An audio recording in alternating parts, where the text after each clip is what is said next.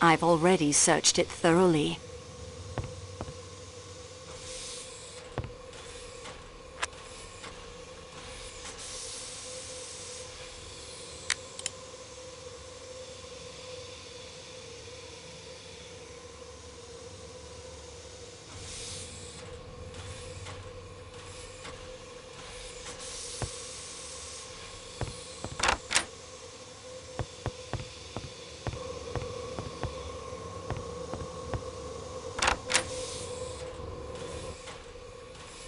I won't find anything else in there. I've already searched it thoroughly.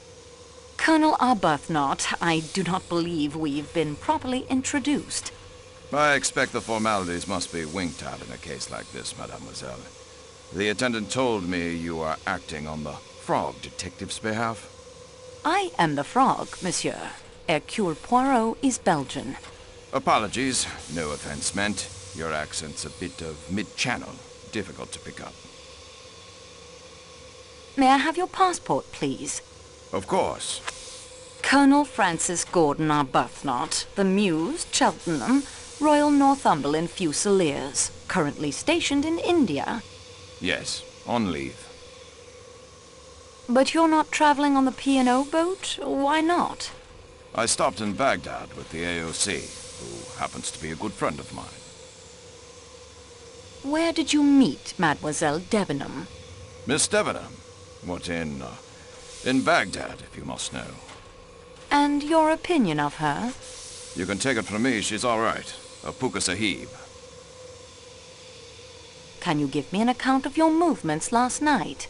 Yes, I think I can. After dinner, I had a drink in the salon car with young McQueen, the dead man's secretary. Surprisingly knowledgeable about world affairs for an American, even if he had got hold of some tomfool ideas about India. We adjourned to his compartment, let me see, around 2100. That's 9 p.m. You saw us in the Belgrade station courtyard. We stepped out for a bit of fresh air, but with the weather turning foul, that wasn't on. What do you and Monsieur McQueen smoke? McQueen doesn't, now that I think of it. A pipe's my weapon of choice. What happened after Belgrade? Around 2200, that's 10 p.m. Ratchet's valet came to fetch him for his employer. He went off for a while. And what did you do after Monsieur McQueen left you? Well, I went back to the salon car for a nightcap, didn't I? I was heading to my compartment when I ran into McQueen. Went off back to his room again to continue the natter. I put him straight on India. Learned a bit about the American stock market. Bloody fool's game, if you ask me. Oh, pardon that is to say, my language. Do not concern yourself. There, you see.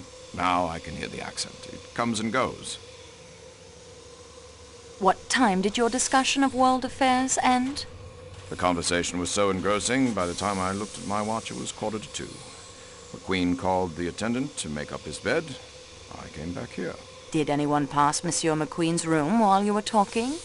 A good many people, I should think. I wasn't paying attention. The attendant did at one point, and I think I caught a glimpse of you wandering about. Let us say during the last hour of your conversation. Really, I can't.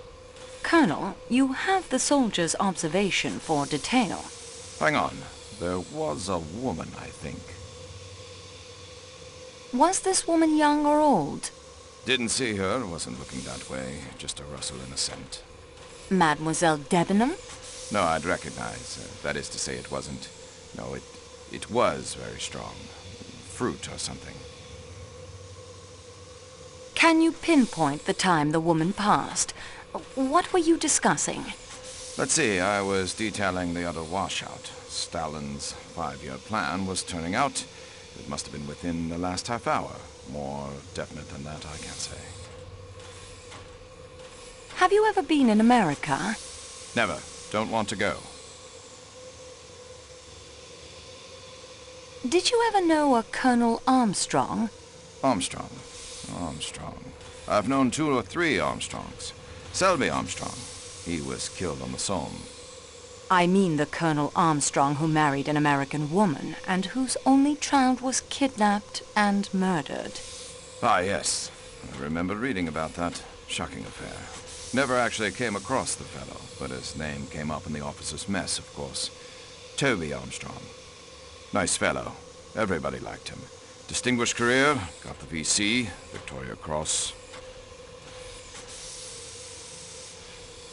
The man who was killed last night was the man responsible for the murder of Colonel Armstrong's child. Then in my opinion, the swine got what he deserved.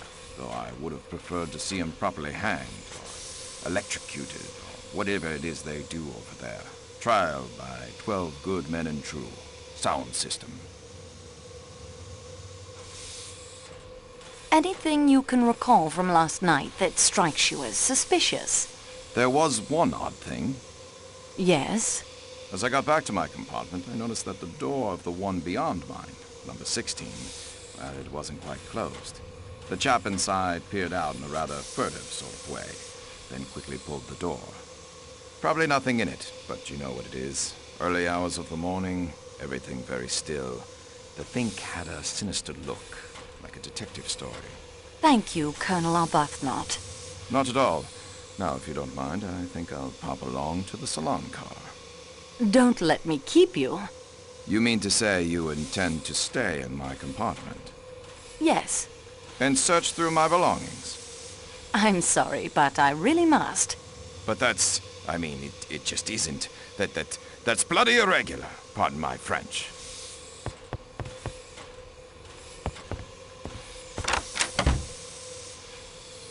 Nothing else to see in there. I've already searched it thoroughly.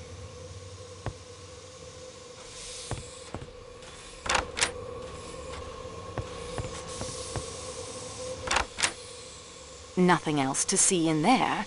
I won't find...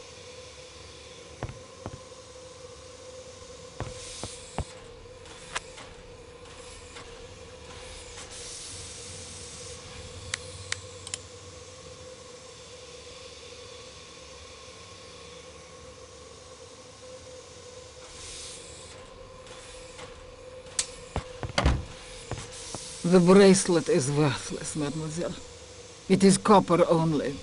I bought it outside the train station in Istanbul. For my arthritis. Take it if you like. I'm very sorry, Your Highness. I realize how this must look, but I'm only doing the job assigned me. I promise I'll return it to you, if I can. Ah, then I expect you would like to interrogate me. I believe that is the correct term. If I may... But of course, I am suspect just as anyone in the galley coach must be. I am ready for the 3rd degree. I have borrowed your passport, Your Highness. I noticed that as well.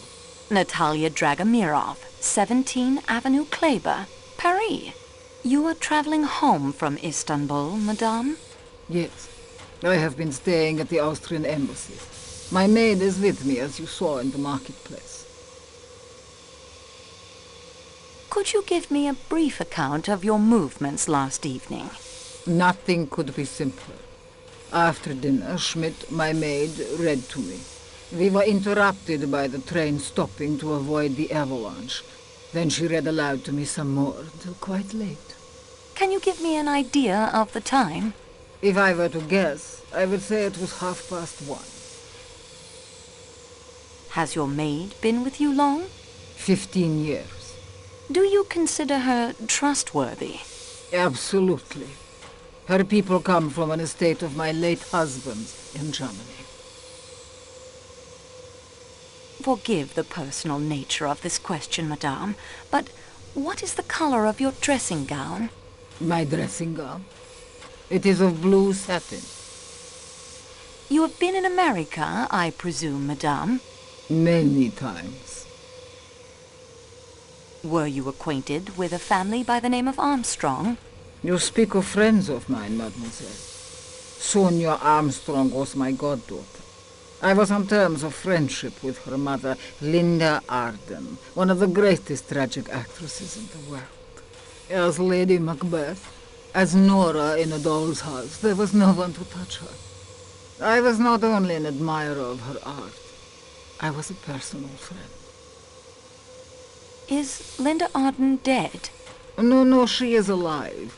It is a sort of life. She lives in complete retirement. Her health is very delicate. She must lie on a sofa most of the time. Mrs. Armstrong had a sister, did she not? Yes, much younger than Mrs. Armstrong. And she is alive? Certainly. Where is she? I must ask the reason of these questions. What have they to do with the murder on this train? The dead man was responsible for the kidnapping and death of Mrs. Armstrong's child. Ah. In my view, then, this murder is an entirely admirable occurrence. You will pardon my slightly biased point of view. It is most natural, madame. Where is the younger daughter of Linda Arden, the sister of Mrs. Armstrong? I've lost touch with the younger generation. I believe she married an Englishman some years ago, but at the moment I cannot recollect the name. Mademoiselle, you will forgive me, but the one you assist, he who guides the investigation, no one has told me his name. He is Erkülü Pуаро, madam. Poirot. Of course. I thought his face was somehow familiar to me. Poirot on this train. It is destiny.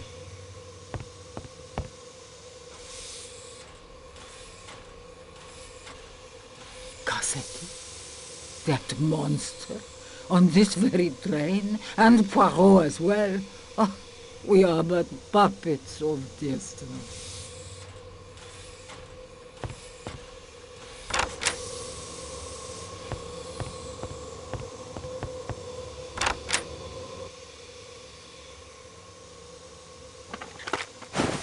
Nothing to find here. Nothing else to see in there. I've already searched it thoroughly. Nothing else. I've already...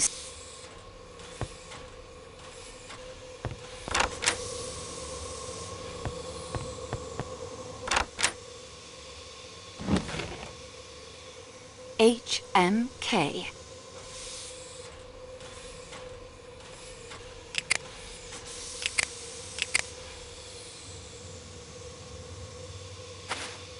Does nothing strike you?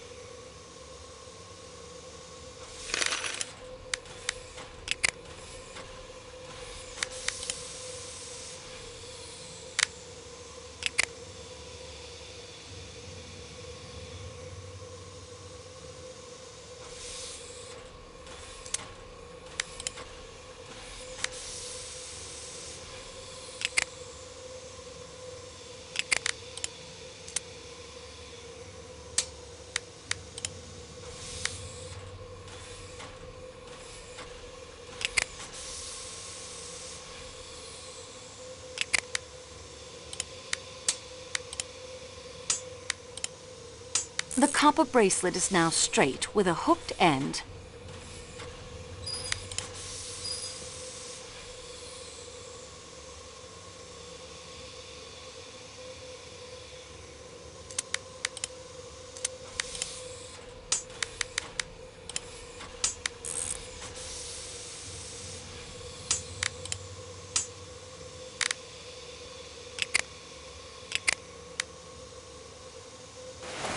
A good idea, but I've come up empty.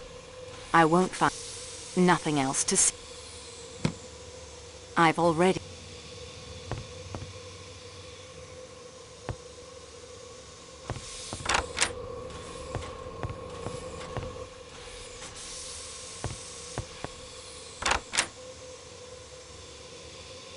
Nothing else to see in there. I won't find any... Well, it's about time, I must say. Here I am with information that will solve your mystery for you, and it's hours before you show up. You aren't helping that famous detective, or whatever he is, aren't you? Yes, madam, I have that honor. I would think you'd be more on your toes. In America, the police would have arrested the culprit by now on my evidence. Then let us proceed without delay. May I have your passport, please? My passport? What do you want my passport for? I'm the witness, not the murderer. What is wrong with you people in this country? This is Yugoslavia, madam. I am French. That's what I said. Your passport. Thank you. You are Caroline Martha Hubbard of Great Neck, is it? Long Island? That's what it says, doesn't it? You are traveling to Paris to meet your daughter? Yes, that I'm supposed to sail for home the day after tomorrow. Though, how can I do that stuck here? I'll never know. Did you hear any sounds coming from Monsieur Ratchet's room? Well, earlier I'd asked that Swedish lady, Mrs. Olson, if she had anything for a headache. She's a nurse, you know. Yes, I know. Poor soul. Looking for my room, she'd opened the door to Mr. Ratchet's compartment by mistake. He laughed and said something not very nice, I think.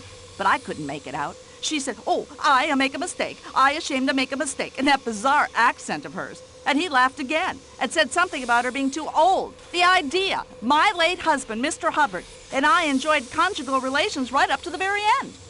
Anything else? After that, I heard snoring. Quite loud, like an airplane engine revving up.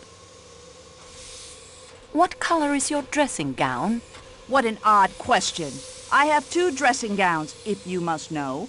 A pink flannel that's kind of cozy on board ship, and a purple silk number that my late husband, Mr. Hubbard, gave me.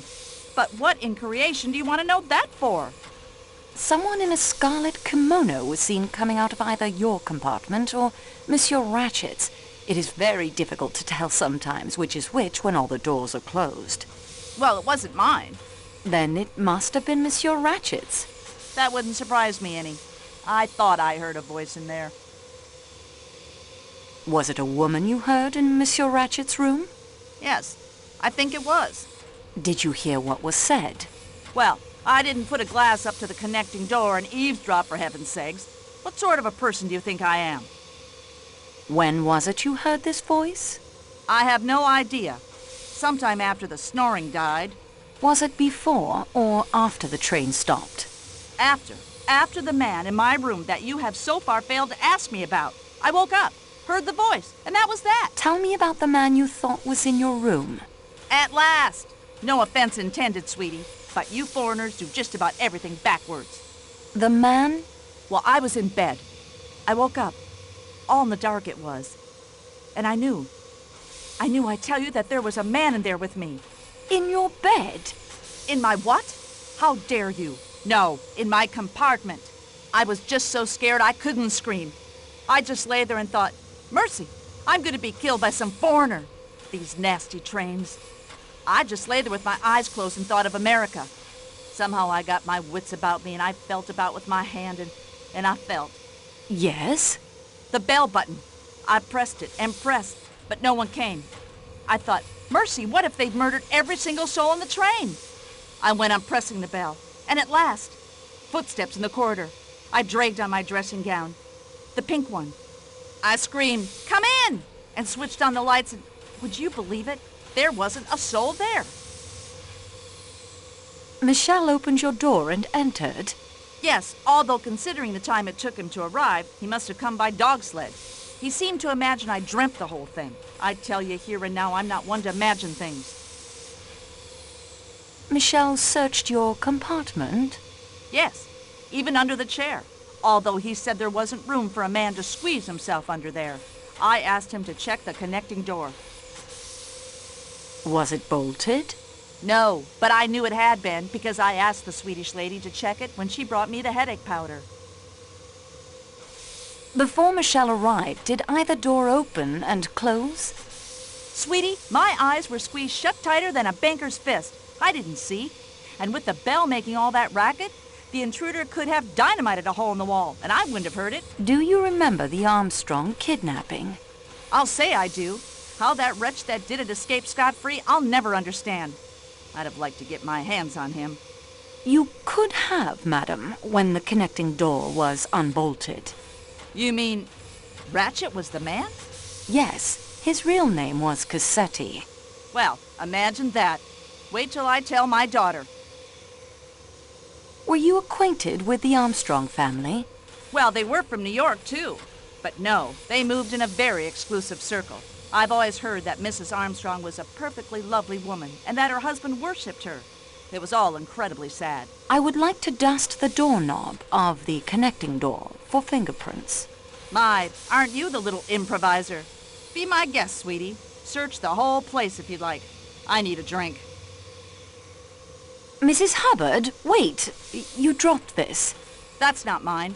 I thought as it has the initial H on it. I've got mine right here.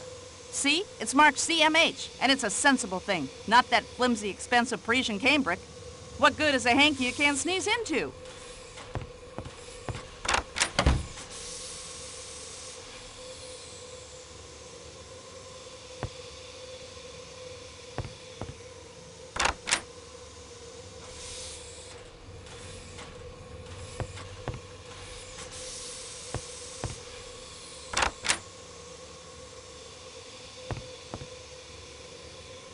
Hello, miss.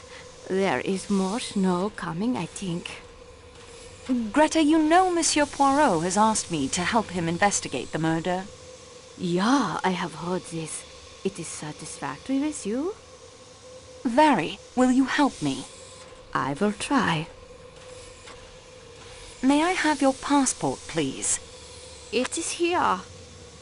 Greta Sigrid Olsen, 49 of Stockholm. Of course, I am a missionary now, nurse at the school in Gemlik, and not much in Sweden. You gave Mrs. Hubbard a headache powder last night? Yeah, poor lady with the pain in the head. That was around 10:40, I believe. I am not sure. Did you leave this compartment again after helping Monsieur Poirot? His ankle is not so very injured, you know. I looked at it again this morning. I think he is not as brave as some of my little children. After Monsieur Poirot? I woke several times, of course, but it is because you were peeking out and leaving the compartment, not I. After that? When you finally settled down. No, I was very tired from all the activity. I slept. If I had gone out, would you not have noticed? I'm not sure. You were here in the lower berth. I slept until the morning.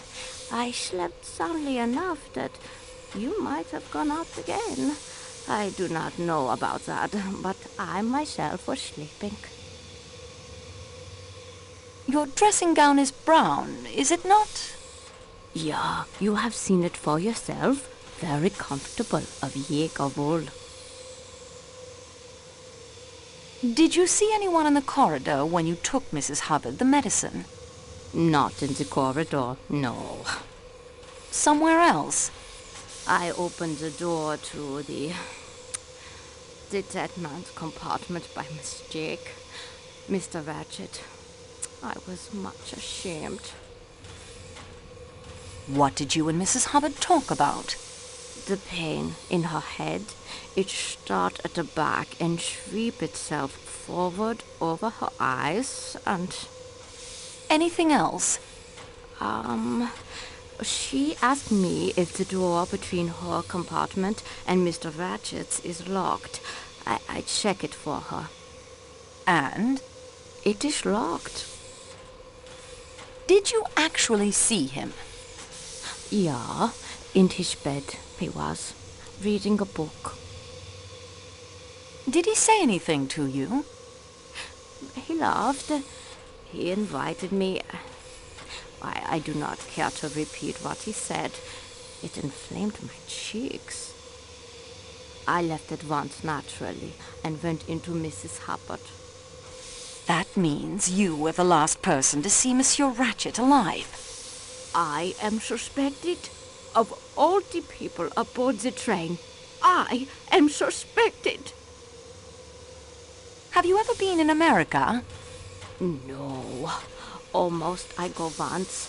I was to accompany an invalid lady, but it was cancelled. I much regret it. They are very generous, the Americans. They give much money to schools and hospitals, and they are very practical. Do you remember hearing of the Armstrong kidnapping case? No. What was that? A little girl was kidnapped and murdered. Her mother and an unborn child died in childbirth. A member of the staff committed suicide. Monsieur Ratchet was the man behind the kidnapping. That there are in the world such evil men. It tries one's faith. The poor mother. My heart aches for her. Thank you, Mademoiselle Olsen.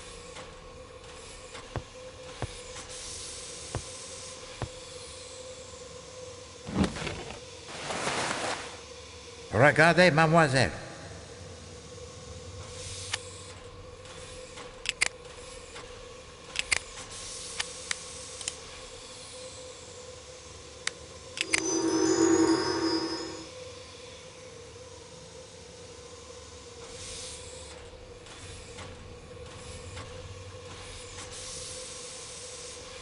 Nothing else to see. I don't need anything else from my suitcase at the moment. All the talk wears me out so. Could we speak later?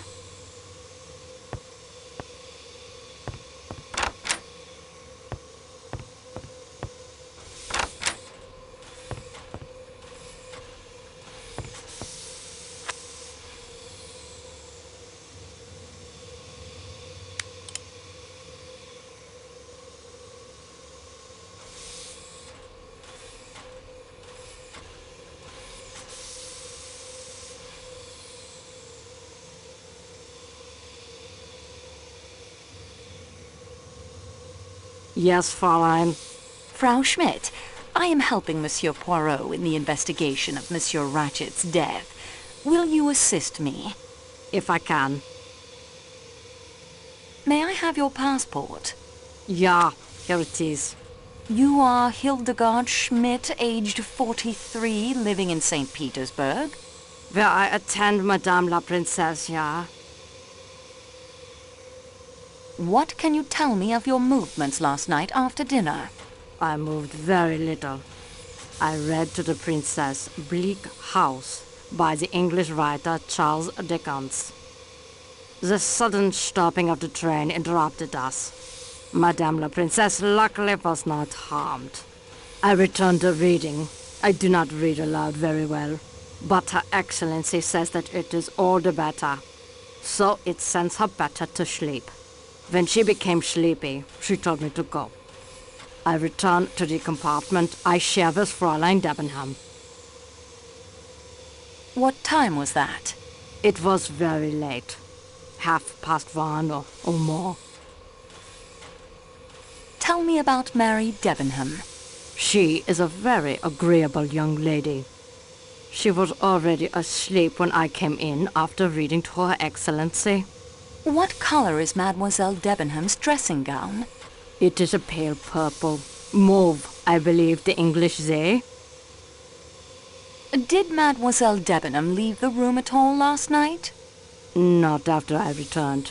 I sleep lightly, Fräulein. You understand? Should Her Excellency require me. Have you ever been to America? No, never. I should like to go someday.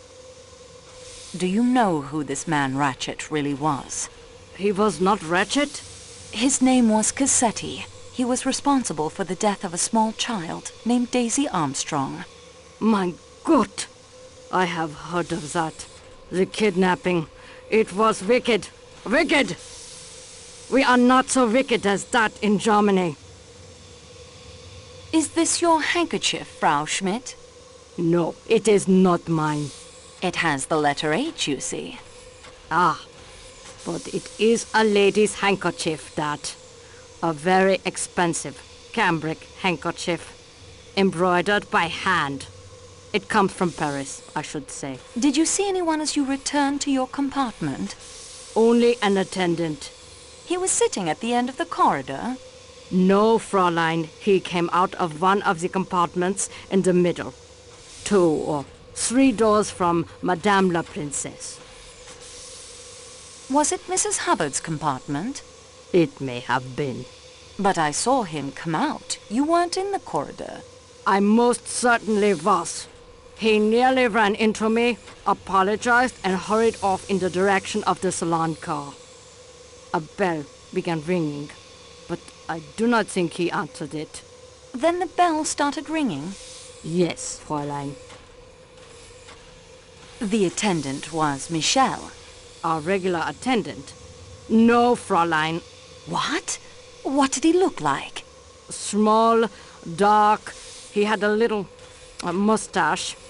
His voice, when he said, "Pardon," was weak and high-pitched. Higher than mine. I'd never seen him before. Thank you, Mademoiselle Schmidt.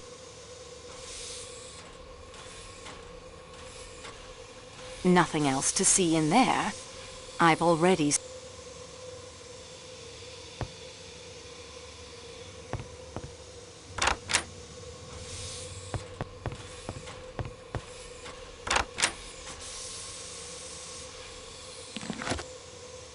I'll put this into my scrapbook so I can take a closer look at it later.